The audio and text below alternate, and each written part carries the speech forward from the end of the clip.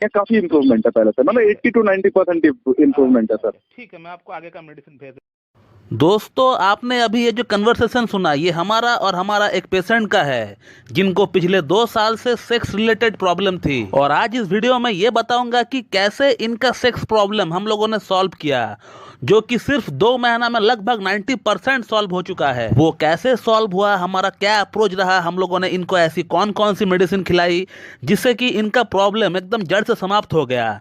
तो आज इस वीडियो में हम लोग ये जानने वाले हैं। तो मैं डॉक्टर सुप्रियोता और आप सभी का फिर से एक बार बहुत बहुत स्वागत है मेरा इस YouTube channel homeo care tips पे। तो दोस्तों, ये जो पेशेंट है ये हमारे पास आए थे लास्ट ईयर दिसंबर में ऑनलाइन कंसल्टेशन के लिए। इनको भी वही कॉमन प्रॉब्लम्स थी जो कि सेक्सुअल प्रॉब्लम्स के अंतर्गत देखी जाती है, like erectile dysfunction, premature ejaculation, lack of libido. तो यही सब प्रॉब्लम्स ये पेशेंट भी फेस कर रहा था। और मेरे पास आने से पहले इनका बहुत जगह से इलाज भी चला। उनमें से 2 बड़े यूट्यूब के सो कॉल्ड होम्योपैथ भी थे जिनका वीडियोस आप लोग बड़ी चाह से देखते हो।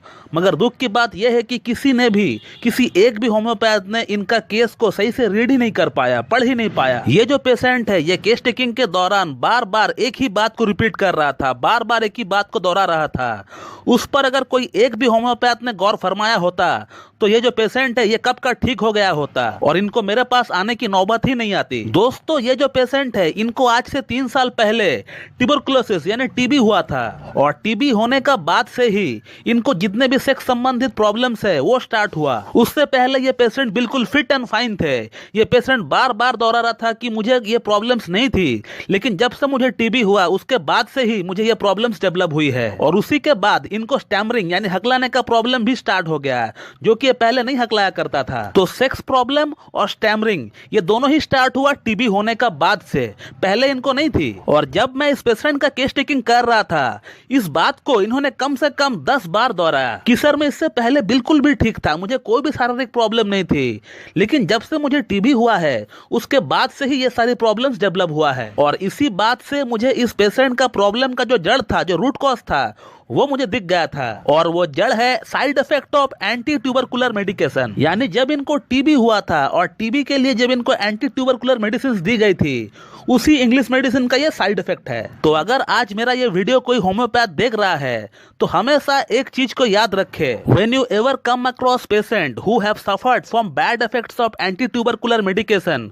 so please in such cases do remember a drug name which is known as streptomycin. Streptomycin है जो मेडिसिन है ये टीबी पेशेंट में ही दी जाती है। बट जब आपको कोई ऐसा पेशेंट मिले कि इंग्लिश ट्यूबरकुलर मेडिकेशन के बाद अगर कोई साइड इफेक्ट चालू होता है पेशेंट में, और वो साइड इफेक्ट कुछ भी हो, टॉप टू बॉटम कुछ भी हो सकता है। इस केस में मैंने सेक्सुअल प्रॉब्लम और स्पीच प्रॉब्लम के लिए स्ट्रेप्टोमाइसिन का इस्तेमाल किया है, लेकिन आपका पेशेंट को अगर कोई और प्रॉब्लम है, फ्रॉम टॉप टू बॉटम कुछ भी प्रॉब्लम हो सकता है, तो फिर आप आंख बंद करके स्ट्रेप्टोमाइसिन के बारे में सोचिएगा। लेकिन element after bad effects of anti tubercular medicine ही होनी चाहिए, तभी स्ट्रेप्टोमाइसिन काम करेगी, अदरवाइज नहीं। और इस पेशेंट को मैंने स्ट्रेप्टोमाइसिन 200 और 1 का एक सिंगल डोज ही दिया है अब तक। और आज तकरीबन 2 महीना हो चुका है इनका ट्रीटमेंट हमारे पास चलते हुए, और इनका प्रॉब्लम कम से कम 90% तक सॉल्व हो चुका है। पिछले 2 साल से वो यहाँ वहाँ के मेडिसिन खा रहे थे, लेकिन इनको कोई भी फर्क नहीं पड़ा था। लेकिन हमारे पास सिर्फ 2 ही महीना ट्रीटमेंट इनका चला और इनका प्रॉब्लम कम से कम 80 to 90% सॉल्व हो गया। और इसी के साथ इनका जो स्टैमरिंग प्रॉब्लम थी, जो हगलाने का प्रॉब्लम थी, वो भी कम से कम 60 to 70% सॉल्व हो गया। मैं फिर से चाहूंगा कि आप लोग इस पेशेंट का फीडबैक एक बार पूरा सुने। हेलो जी, मैं बोल रहा था जी। डॉक्टर दत्ता जी जी जी। आपका जो ट्रीटमेंट चल रहा है हमारे पास इरेक्टाइल डिस्फंक्शन, प्रीमैच्योर इजैकुलेशन का, इन शॉर्ट अगर मैं कहूँ सेक्स प्रॉब्लम का जो ट्रीटमेंट चल रहा है 2 महीना से, उसमें कितना इम्प्रूवमेंट आपको हो रहा है? जी डॉक्टर साहब, जो आपका जो मेरा जो चल रहा था दवाई वगैरह वो तो चल रहा था दिसंबर से, तो बहुत ही अच्छा उसका फीडबैक है मेरे तरफ से। अच्छा। अभी काफी इम्प्रूवमेंट मेरे को इसमें दिख रहा है। अच्छा। पहले जैसे कि काफी दिक्कत था, काफी ये सब मामला में मैंने तो आपको सभी कुछ शेयर किया है। हाँ हाँ, शीघ्र पतन का, हाँ लैक ऑफ।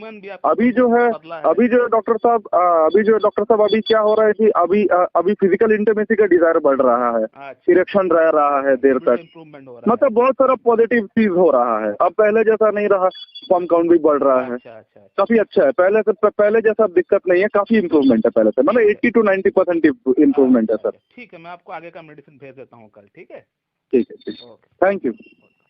और इस महीना मैंने इस पेशेंट को स्ट्रेप्टोमाइसिन 10 mg का एक सिंगल डोज अभी तक दे दिया है। तो इस वीडियो में आपने ये देखा कि कैसे एक सटीक होम्योपैथिक ट्रीटमेंट की मदद से सिर्फ 2 ही महीनों में impotency, erectile dysfunction, premature ejaculation, lack of libido, semen की क्वालिटी सभी में इंप्रूवमेंट लाया गया है। जबकि किताब में कहीं पर भी स्ट्रेप्टोमाइसिन के बारे में ये नहीं बताया गया है कि ये सेक्सुअल स्पेयर में काम करती है। तो यही है क्लासिकल होम्योपैथी, यही है इसकी खासियत, यही है इसकी सुंदरता।